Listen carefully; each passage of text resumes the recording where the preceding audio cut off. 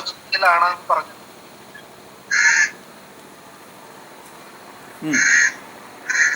ആ നിലയ്ക്ക് പ്രപഞ്ചം ഒരു അരാജകമായ കാര്യമാണോ, ഒരു ഘടനയുമില്ലാത്ത കാര്യമാണോ?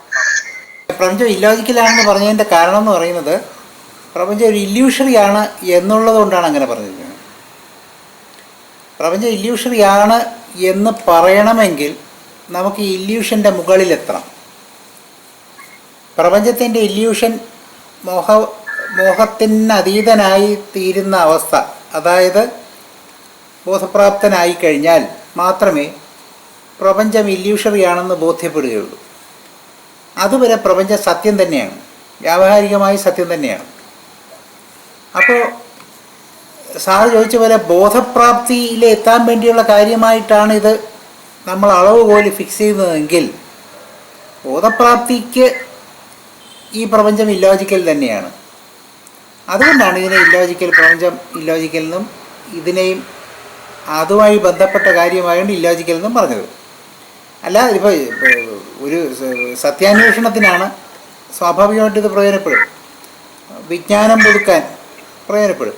പക്ഷേ ബോധപ്രാപ്തി എന്ന് പറയുന്നത് ഇതെല്ലാം ട്രാൻസെൻഡ് ചെയ്ത് പോകണം.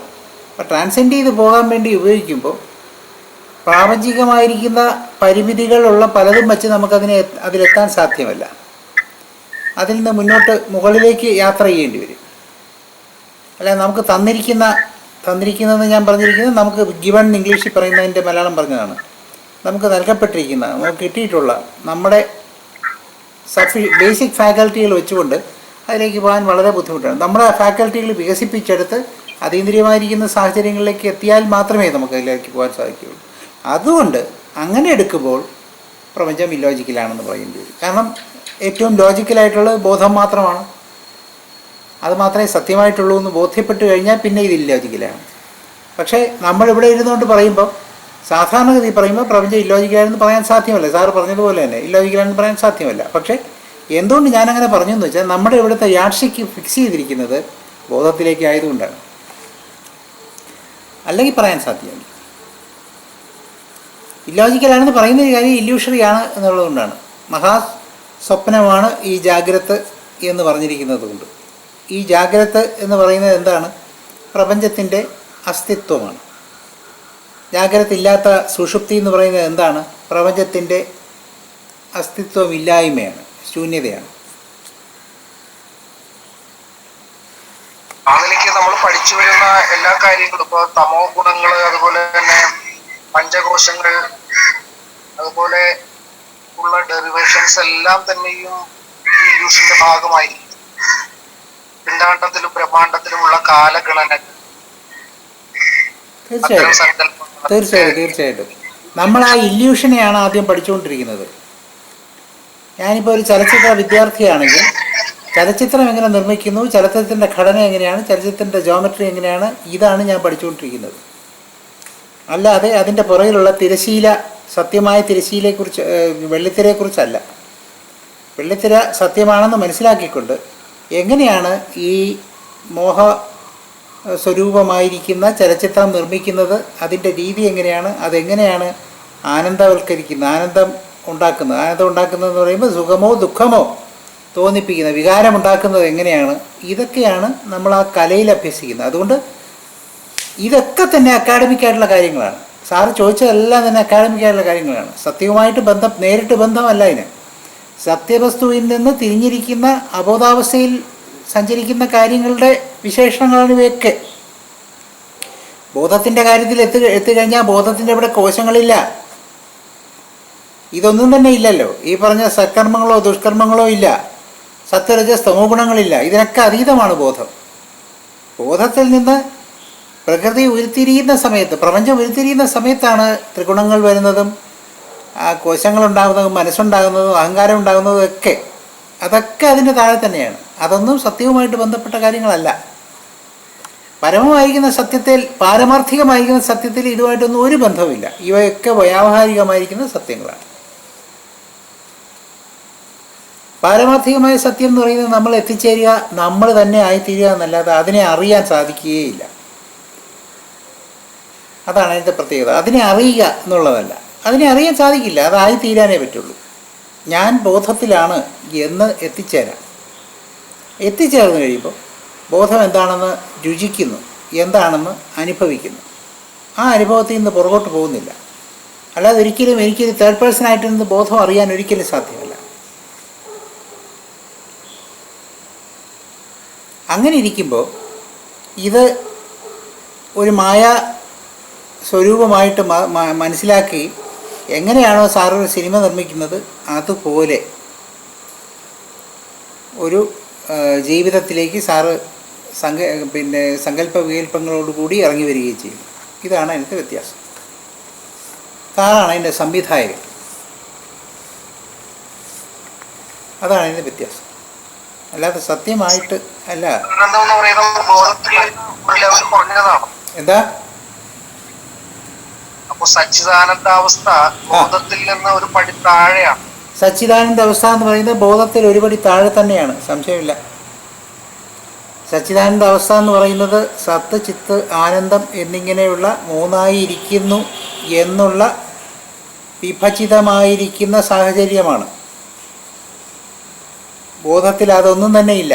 സത്ത് പ്രത്യേകമില്ല, ചിത്ത് പ്രത്യേകമില്ല, ആനന്ദ പ്രത്യേകമില്ല. അതുകൊണ്ട് തന്നെ അത് സത്തല്ല എന്ന് പറയേണ്ടി വരും. ഇവിടെയാണ് നമ്മുടെ വാദം.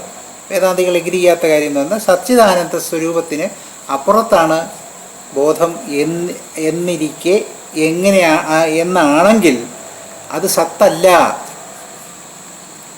ചിത്തല്ല, ആനന്ദവുമല്ല. എന്നാൽ സത്ത്, ചിത്ത, ആനന്ദങ്ങളെല്ലാം അതിൽ നിന്നാണ് ഉത്ഭവിച്ചിരിക്കുന്നത്. സത്ത് മാത്രമാണെന്ന് പറയാനൊക്കില്ല. ഒരു ജിലേബി ഉണ്ട്. ജിലേബി ഉണ്ടാക്കിയിരിക്കുന്നത് പഞ്ചസാരയും കൂടെ ചേർത്താണ്. പക്ഷെ പഞ്ചസാര എന്ന് പറയുന്നത് ജിലേബിയാണെന്ന് പറയാനൊക്കില്ല. പഞ്ചസാര ജിലേബിക്കകത്തുണ്ട്, പക്ഷെ പഞ്ചസാര എന്ന് പറയുന്നത് ജിലേബിയല്ല. പഞ്ചസാരയുടെ ഒരു വകഭേദമായിട്ട് അതിൽ നിന്ന് ഉത്ഭവിച്ച് വരുന്ന ഒരു പ്രത്യേകതയാണ്, ഒരു ഡെലിക്കസിയാണ് ജിലേബി എന്ന് പറയുന്നത് പോലെ സച്ചിദാനന്ദ സ്വരൂപമായിരിക്കുന്ന പ്രപഞ്ചം എന്ന് പറയുന്നത് പ്രാപഞ്ചികമായിരിക്കുന്ന സത്യമായിരിക്കുന്നത് ബോധത്തിൽ നിന്ന് ഉരുത്തിരിയുന്ന ഒരു പ്രതിഭാസമാണ്. ബോധത്തെ സംബന്ധിച്ചിടത്തോളം അതൊരു പ്രതിഭാസമാണ്. ശ്രദ്ധിക്കണം, ബോധത്തെ സംബന്ധിച്ചിടത്തോളം ബോധം പരമാർത്ഥവും ഈ പ്രപഞ്ചം സച്ചിദാനന്ദ സ്വരൂപമായിരിക്കുന്ന പ്രപഞ്ചം എന്ന് പറയുന്നത് വെറും ഒരു പ്രതിഭാസവുമാണ്. തിര പോലെ, കടലിലെ തിര പോലെ. തിര യാഥാർത്ഥ്യമല്ലെങ്കിലും തിര നമുക്കുണ്ട്. അതുപോലെ കടലിലെ തിര പോലെ കാണാനും അനുഭവിക്കാനും പറ്റുന്ന രീതിയിലുള്ള ഒരു പ്രതിഭാസമായിട്ട് പ്രപഞ്ചം ഉണ്ടാകുന്നു. ഈ തിര എന്ന് പറയുന്നതിൻ്റെ ശക്തി കടലിൽ നീന്താൻ പോകുന്നവർക്കും മത്സ്യബന്ധനക്കാർക്കും ഒക്കെ നന്നായിട്ടറിയാം. ഈ പ്രാതിഭാസികമായിരിക്കുന്ന തിര യാഥാർത്ഥ്യമല്ലെങ്കിൽ പോലും ഉഗ്രമായിരിക്കുന്ന പ്രഭാവമുള്ളത് തന്നെയാണ്. അതുപോലെ പ്രാപഞ്ചികമായിരിക്കുന്ന ഈ വ്യാവഹാരിക പ്രാതിഭാസിക സത്യങ്ങൾ അനുഭവത്തിൽ വളരെ സത്യമായിട്ട് തോന്നിക്കൊണ്ടിരിക്കും. സ്വപ്നത്തിൽ എന്നെ ആന ഒട്ടിക്കുന്നു, ഞാൻ അനുഭവിക്കുന്നുണ്ട്, പേടിക്കുന്നില്ലേ? എൻ്റെ ഹൃദയം സ്പീഡിൽ ഓടിക്കുന്നില്ലേ? യഥാർത്ഥത്തിൽ ആന ഓട്ടിക്കുന്നത് സ്വപ്നത്തിൽ ഓട്ടിക്കുന്നത് ഒരുപോലെ തന്നെയാണ്. യഥാർത്ഥത്തിൽ ഓടിക്കുകയാണെങ്കിൽ കുറച്ച് സ്പീഡിലെങ്കിലും ഓടാൻ സാധിക്കും. സ്വപ്നത്തിൽ ചിലപ്പോൾ അതും സാധിക്കില്ല. ചില സ്വപ്നങ്ങളിൽ ആനയും കൂടെ സ്വപ്നത്തിൽ നമ്മുടെ കൂടെ അഡ്ജസ്റ്റ് ചെയ്ത് സ്പീഡിൽ ഓടുന്നു തോന്നുന്നു. അല്ലെങ്കിൽ പൊതുവേ ഓടാൻ സാധിക്കില്ല. അപ്പോൾ അതുപോലെ പ്രാതിഭാസികം ആയിട്ട് ആണ് പ്രപഞ്ചത്തെ ബോധത്തിൽ നിന്ന് നോക്കുമ്പോൾ കാണേണ്ടത്. ബോധത്തെ സംബന്ധിച്ചിടത്തോളം so far as the consciousness is concerned, the manifest universe is also a phenomenon. അതൊരു പ്രതിഭാസം മാത്രമാണ്. പക്ഷെ പ്രതിഭാസത്തിനകത്തിരിക്കുന്ന കാര്യങ്ങളെ സംബന്ധിച്ചിടത്തോളം അതിൽ പാരമാർത്ഥികം, വ്യാവഹാരികം, പ്രാതിഭാസികം എന്ന് പറയുന്ന 3 സത്യങ്ങൾ അപ്ലൈ ചെയ്യുന്നു. അവിടെയാണ് ആ വ്യത്യാസം വരുന്നത്. അപ്പോൾ ഈ കാണുന്നതെല്ലാം തന്നെയും പ്രാതിഭാസികമായിട്ട് ബോധത്തിൽ ശ്രദ്ധിച്ച് നോക്കുമ്പം എന്തുകൊണ്ട് ഞാനിങ്ങനെ പറയുന്നു എന്ന് വെച്ച് കഴിഞ്ഞാൽ ബോധത്തെ ലക്ഷ്യമാക്കി നമ്മൾ സംസാരിച്ചുകൊണ്ടിരിക്കുമ്പോഴാണ് അതിന് പ്രസക്തി. ഇല്ലെങ്കിൽ അതിന് പ്രസക്തിയൊന്നുമില്ല. സത്യത്തിൽ ഇതാണ് എന്നറിയണം എന്നുള്ളതല്ല. ബോധത്തിൻ്റെ പിന്നെ ഭാഷയിൽ പറഞ്ഞാൽ ഇങ്ങനെയാണ് എന്ന് അറിഞ്ഞിരിക്കുന്നത് നല്ലതാണ്. അത് പ്രായോഗികമായ ജീവിതത്തിൽ ഉൾപ്പെടുത്താൻ വേണ്ടിയല്ല, നമ്മുടെ കാഴ്ചപ്പാടിനെ അത് സ്വാധീനിക്കും, നമ്മുടെ ഡിവിഷൻസിനെ അത് സ്വാധീനിക്കും. ആ ഡിവിഷൻസൊക്കെ ഇല്ലാതാക്കിക്കൊണ്ട് കൃഷ്ണമൂർത്തി പറയുന്ന പോലെ ഒരു അറ്റൻഷനിലേക്ക് പോകാൻ നമുക്ക് ആ കാഴ്ചപ്പാട് വ്യത്യാസം വരുന്നത് സഹായിക്കുന്നു. അപ്പോൾ സ്വമേധയാ നമ്മൾ സ്വമേധയാ വ്യക്തി സ്വമേധയാ നൈസർഗികനായിത്തീരുന്നു. നൈസർഗികമായ വ്യക്തിത്വം എന്ന് പറഞ്ഞത് ഒന്ന് വിശദീകരിക്കാമോ സാർ? നൈസർഗികനായ വ്യക്തി എന്ന് പറയുന്നത്, ഞാനിപ്പോൾ പറയുന്നത് കൃഷ്ണമൂർത്തി ഓർഗനൈസ്ഡ് ആൻഡ് ഓർഗാനിക് എന്നും രണ്ട് തരത്തിലുള്ള സൊസൈറ്റിയെക്കുറിച്ച് പറയുന്നുണ്ട്. ഓർഗനൈസ്ഡ് സൊസൈറ്റി നമ്മൾ കണ്ടുകൊണ്ടിരിക്കുന്നത്, ഓർഗനൈസ്ഡ് സൊസൈറ്റിയുടെ നോംസ്, പ്രിസ്ക്രിപ്ഷൻസ്, പ്രൊഹിബിഷൻസ് ഇതൊക്കെ ഫിക്സ് ചെയ്തിരിക്കുന്ന ഒരു സൊസൈറ്റിയാണ്. ഓർഗാനിക് സൊസൈറ്റി എന്ന് പറഞ്ഞാൽ അതൊന്നും ഇല്ലാത്തത്. ഈ ഓർഗാനിക് സൊസൈറ്റി എന്ന് പറയുന്നത് ഒരു തരത്തിലുള്ള പ്രഷറുകളുമില്ലാതെ സ്വയം ബോധത്തിൽ പ്രവർത്തിക്കുന്ന പ്രകൃതി ജീവനം എന്ന് പറഞ്ഞാൽ നമ്മൾ ഈ സോക്കോൾഡ് ആൾക്കാരുടെ ജീവനമല്ല, സഹജീവികളോടുള്ള സ്നേഹവും ഒക്കെ വെച്ചുകൊണ്ടുള്ള ജീവനം, അതെല്ലാം ഉൾപ്പെടുന്ന ഒരു സഹവർത്തിത്വത്തോടു കൂടിയ ജീവിതം. ഇതാണ് ഓർഗാനിക് സൊസൈറ്റി എന്ന് അദ്ദേഹം പറയുന്നത്. ഓർഗനൈസ്ഡ് സൊസൈറ്റിയാണ് നമ്മൾ കണ്ടുകൊണ്ടിരിക്കുന്നതൊക്കെ. ഈ ഓർഗാനിക് സൊസൈറ്റി എന്ന് പറയുന്നത് തന്നെയാണ് കാർൽ മാർക്സ് പറഞ്ഞ ഐഡിയൽ കമ്മ്യൂണിസം. ഒരു വ്യത്യാസവുമില്ല. ജനങ്ങൾ അറിഞ്ഞുകൊണ്ട് ഉൽപ്പാദിപ്പിക്കും, സന്തോഷത്തോടെ ഇത് വിതരണം ചെയ്യും, ആവശ്യമനുസരിച്ച് ഉപഭോഗം നടത്തും. ഇതായിരുന്നല്ലോ അദ്ദേഹത്തിൻ്റെ ഐഡിയൽ കമ്മ്യൂണിസം. ഈ ഐഡിയൽ കമ്മ്യൂണിസം തന്നെയാണ് കൃഷ്ണമൂർത്തി പറയുന്ന ഓർഗാനിക് സൊസൈറ്റി.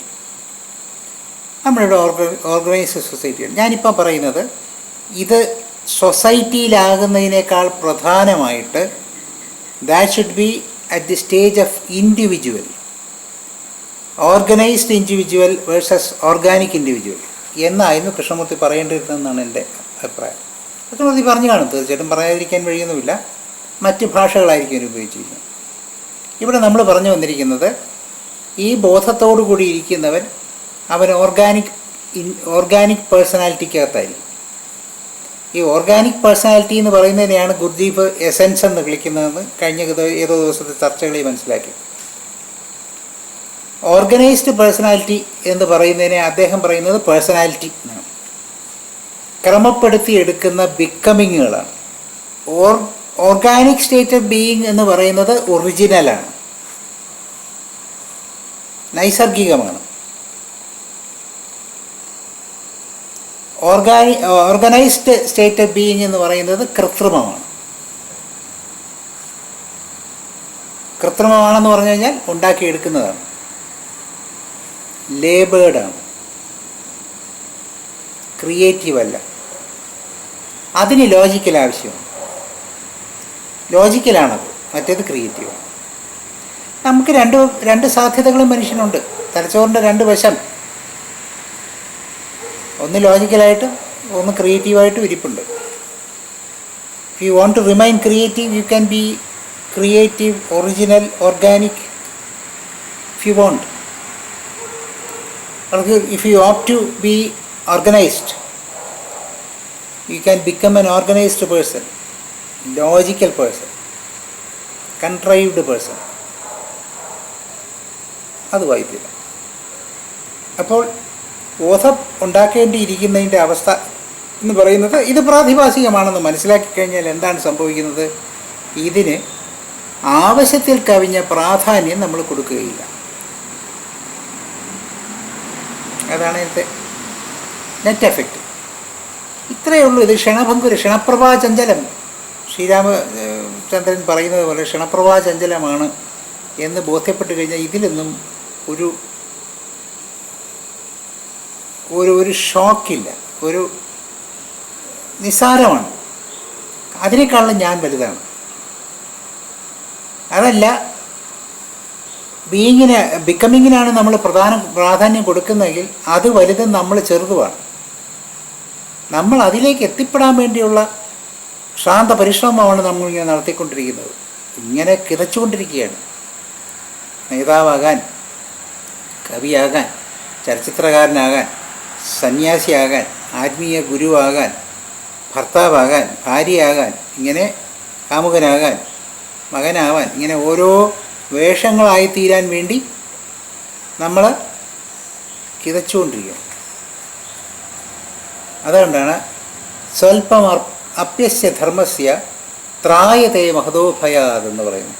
ഈ ഭയം, ഈ കിതപ്പ്, ഈ ടെൻഷൻ ഇല്ലാതാക്കുന്നത് മഹത്തായിരിക്കുന്ന ആ ധർമ്മത്തെക്കുറിച്ചുള്ള ചെറിയ വിവരം പോലും ഇത് നിസ്സാരമാണെന്ന് ബോധ്യപ്പെട്ട് കഴിഞ്ഞാൽ ആ ഭയം മാറിക്കളയുന്നു. കൃഷ്ണൻ അർജുനോട് പറഞ്ഞു കൊടുക്കുക, നീ കിടന്ന് പാടുപെടുകയും പേടിക്കുകയും ചെയ്യുന്ന കണ്ടാൽ തോന്നും ഇതൊക്കെ നിത്യമായിട്ട് നിൻ്റെ അമ്മാവന്മാരും അപ്പന്മാരുമാണ് എന്നാണ്.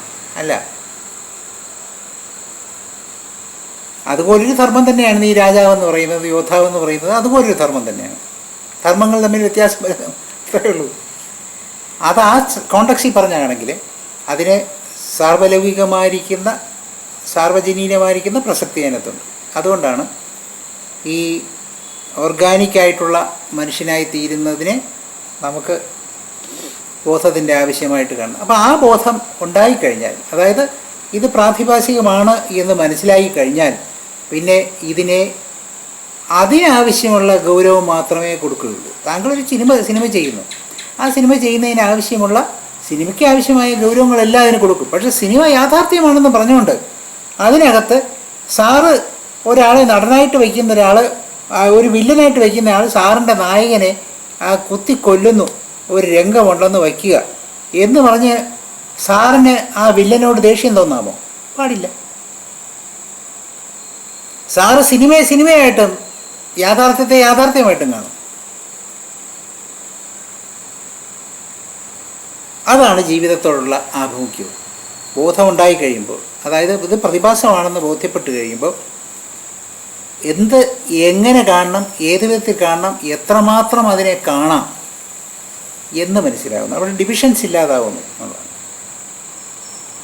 ഡിവിഷൻസ് ഇല്ലാതാവുന്നു എന്ന് പറഞ്ഞാൽ എന്താണ്? പ്രധാനമായിട്ട് നമുക്ക് ചുറ്റുമുള്ള നമ്മുടെ സൊസൈറ്റി നമുക്ക് ഇഷ്ടപ്പെടുന്നവരും ഇഷ്ടപ്പെടാത്തവരും എന്ന് പറയുന്ന രണ്ടായിട്ട് തിരിക്കുന്ന ഒരു വിഭജനമുണ്ടല്ലോ. നമുക്ക് സ്വീകാര്യരായിരിക്കുന്നവരും നമുക്ക് അനഭിമതരായിരിക്കുന്നവരും. ഈ രണ്ട് വിഭജനം നമ്മൾ ഉണ്ടാക്കി വച്ചിരിക്കുന്നതിന് നമുക്ക് വിവരമില്ലായ്മ കൊണ്ടാണ്. അപ്പോൾ എപ്പോഴാണ് നമുക്ക് ബോധം ഉണ്ടാകുന്നത്, അല്ലെങ്കിൽ വിവരമില്ലായ്മ മാറുന്നത്, അജ്ഞാനം മാറുന്നത്? അതോടുകൂടി നമ്മുടെ ഈ പറഞ്ഞ വിഭജനം രണ്ടായി തിരിച്ചിരിക്കുന്ന, നമുക്ക് ചുറ്റുമുള്ള രണ്ടുപേരെ രണ്ടായി തിരിച്ചിരിക്കുന്ന ആ വിഭജനം മാറുന്നു. ആ വിഭജനം മാറുന്നതോടുകൂടി വാസ്തവത്തിൽ മൊത്തത്തിലുള്ള മായ മാറിപ്പോവുകയാണ്. എപ്പോഴാണോ നാം പിന്നെ പ്രേമത്തോടുകൂടി എല്ലാവരെയും കണ്ടു തുടങ്ങുന്നത്, ഈ പ്രേമത്തോടുകൂടി എല്ലാവരെയും കാണുക എന്ന് പറഞ്ഞാൽ എല്ലാവരെയും കാണുമ്പോഴൊക്കെ സന്തോഷമായിട്ട് ചിരിക്കുകയും ഉള്ളു തുറന്ന് ആനന്ദിക്കുകയും ഒന്നും ചെയ്യേണ്ട കാര്യമൊന്നും അല്ല ഇവിടെ പറഞ്ഞത്. കൃഷ്ണമൂർത്തി അങ്ങനെ ഒന്നും ചെയ്തിരുന്നില്ലല്ലോ. സാറ് പറയും പോലെ, സാറ് കൃഷ്ണമൂർത്തിയെക്കുറിച്ച് പറയാറുള്ളതാണ് ഞാൻ പറഞ്ഞത്. കൃഷ്ണമൂർത്തി പിന്നെ ഒരിക്കലും ആൾക്കാരോട് വളരെ സ്നേഹമായിട്ടോ അങ്ങനെയൊന്നും പെരുമാറിയിരുന്നില്ല. പക്ഷേ എന്നാലും അദ്ദേഹത്തിന് റേഡിയേറ്റ് ചെയ്യാനുള്ള ലെവൽ റേഡിയേറ്റ് ചെയ്തിരുന്നതെന്നാണ് അനുഭവസ്ഥർ പറയുന്നത്, എനിക്കറിഞ്ഞൂടാ. അപ്പോൾ അത് മതി, അതാണ് കാര്യം. അങ്ങനെ ഓടി നടക്കണം എന്നുള്ളതല്ല. അപ്പോൾ അത്തരത്തിൽ ബോധമുണ്ടായി കഴിഞ്ഞാൽ, ബോധത്തെക്കുറിച്ചുള്ള ഒരു എത്തിനോട്ടമെങ്കിലും സാധ്യമായി കഴിഞ്ഞാൽ, അന്ന് തൊട്ട് നമ്മൾ ഇത്തരം ചുറ്റുപാടിനെ സീരിയസ് ആയിട്ട് എടുക്കുന്നത് മതിയാക്കിയിട്ട് നമ്മളതൊരു നിത്യതയുള്ള കാര്യമല്ല എന്ന് മനസ്സിലാക്കി കഴിയുമ്പോൾ അതിനോട് ആവശ്യമുള്ള ഗൗരവം കൊടുക്കും. അങ്ങനെ ആവശ്യമുള്ള ഗൗരവം കൊടുക്കുമ്പോൾ ഈ വിഭജനമില്ലാതാകുന്നു. നമ്മൾ അവിടെയാണ് പറഞ്ഞ് നിർത്തിയിരുന്നത്. വിഭജനം, നമുക്കിഷ്ടമുള്ളൊരു അനഭിതരുമായിട്ടുള്ള വിഭജനം ഇല്ലാതെ എല്ലാവരെയും ഒരേപോലെ കണ്ടു തുടങ്ങുമ്പോൾ അവരെ എല്ലാം ഓടിച്ചെന്ന് ആശ്ലേഷിക്കണം എന്നല്ല അർത്ഥം പറഞ്ഞതെന്നാണ് ഞാൻ നേരത്തെ പറഞ്ഞത്. ഇപ്പം കൃഷ്ണമൂർത്തിയുടെ സ്വഭാവങ്ങൾ, കൃഷ്ണമൂർത്തിയുടെ പെരുമാറ്റങ്ങൾ, ജയകൃഷ്ണമൂർത്തിയുടെ പെരുമാറ്റങ്ങളിൽ ഒരിക്കലും പ്രകടമായ സ്നേഹമൊന്നും കാണിച്ചിരുന്നില്ല. പക്ഷെ അദ്ദേഹത്തിൻ്റെ സാന്നിധ്യം സ്നേഹമായിട്ട് അനുഭവിക്കാൻ സാധിച്ചു എന്ന് ആൾക്കാർ പറയുന്നുണ്ട്. അത് ഞാൻ പറഞ്ഞതിന് ഉദാഹരണമാണ്. അപ്പോൾ അത്തരത്തിലൊരു ഡിവിഷൻ ഇല്ലാതെ ഉള്ള ഒരവസ്ഥ ഉണ്ടാകുന്ന സാഹചര്യത്തിൽ ആ ഡിവിഷൻ ഇല്ലാതാവുമ്പോൾ, അതായത് പ്രേമം ഉണ്ടാകുമ്പോൾ, ഇതിലേതെങ്കിലും ഒന്ന് ഉറങ്ങിയാൽ മതി. നമ്മൾ ഡിവൈഡ് ചെയ്യാതിരിക്കുന്നിടത്ത് പ്രേമം ഉണ്ടാവുകയാണ്. അല്ലെ പ്രേമം ഉണ്ടായി കഴിയുമ്പോൾ ഡിവൈഡ് ചെയ്യാൻ പറ്റുകയുമില്ല. ഇതാണ്. ഒരമ്മയ്ക്ക് പലതരത്തിലുള്ള മക്കളുണ്ടാവും. മക്കളാണ് എന്നൊരു ബോധം നിലനിൽക്കുന്നത് കൊണ്ട് അവർ എങ്ങനെയൊക്കെ മോശക്കാരാണെങ്കിൽ പോലും അവരെ ഒരു കോമൺ സ്വഭാവത്തിൽ അവരെ കെട്ടിയിടും. അവരോടുള്ള ഡീലിങ്സ് പലതായിരിക്കാം. അങ്ങനെ തന്നെ ആയിരിക്കണം, തീർച്ചയായിട്ടും ഡീലിങ്സ് പലതായിരിക്കണം. അപ്പോൾ അതുപോലെ സമൂഹത്തിലുള്ള ഓരോരുത്തർക്കും ഡീൽ ചെയ്യേണ്ട ഓരോ രീതി തന്നെയാണ്, സംശയമില്ല. പക്ഷേ ആന്തരികമായിരിക്കുന്ന ഭാവം ഒന്ന് തന്നെയായിരിക്കും. അങ്ങനെ ആന്തരികമായ ഭാവം ഒന്നായി കഴിയുമ്പോൾ അവിടെ നിലനിൽക്കുന്ന തത്വമാണ് പ്രേമം എന്ന് പറയുന്നത്. അത് വികസിതമാണ്, സങ്കുചിതമല്ല, വികസിതമാണ്. ആ വികസിതമാകുന്ന പ്രേമം എപ്പോൾ ഉണ്ടാകുന്നോ ആ സമയത്ത് കൃത്യമായി ബോധം നമ്മളിലേക്ക് വരികയാണ്. ഇത്രയേ ഉള്ളൂ. അല്ലാതെ ഈ സാധനയും ഈ പറഞ്ഞ കാര്യങ്ങളൊക്കെ കൂടെ അഭ്യസിച്ചെന്ന് എത്തേണ്ട കാര്യമൊന്നുമില്ല. പിന്നെ ഇനി ആ ബോധത്തിലെത്തിയെന്ന് തന്നെ ഇരിക്കുക. ബോധത്തിലെത്തിക്കഴിഞ്ഞ് ഈ ദർശനങ്ങളും ഈ കഴിഞ്ഞ കാര്യങ്ങളും ഒക്കത്തിനെയും വീണ്ടും നമുക്ക് അനുസന്ധാനം ചെയ്യാൻ സാധിക്കും. കുറച്ചുകൂടി വ്യക്തമായി, കുറച്ചുകൂടി മിഴിവോടുകൂടി, കുറച്ചുകൂടി കൃത്യമായി, തെറ്റാതെ, വഴിതെറ്റിപ്പോവാതെ. കാരണം ഇതിൻ്റെ ഡോക്ടറേറ്റ് എടുത്തിരിക്കുകയാണ് നമ്മൾ. ഇതിൻ്റെ സമ്മം ബോണം എന്താണെന്ന് വെച്ചാൽ നമ്മുടെ കയ്യിലിരിക്കുന്നത്, കൈയടക്കത്തിലാണ്. അതുകൊണ്ട് ഒരിക്കലും വഴിതെറ്റിപ്പോവില്ല. വാസ്തവത്തിൽ സ്വാധ്യായത്തിൻ്റെ സാധ്യത ബോധത്തിന് ശേഷമാണെന്നാണ് എൻ്റെ അഭിപ്രായം. അതുകൊണ്ട് പ്രപഞ്ചം അബോധമാണ്, അല്ലെങ്കിൽ ക്ഷമിക്കണം, ഇല്യൂഷനാണ് എന്നുള്ള കാഴ്ചപ്പാടിലാണ് അത് ഇല്ലോജിക്കൽ എന്ന് പറഞ്ഞത്.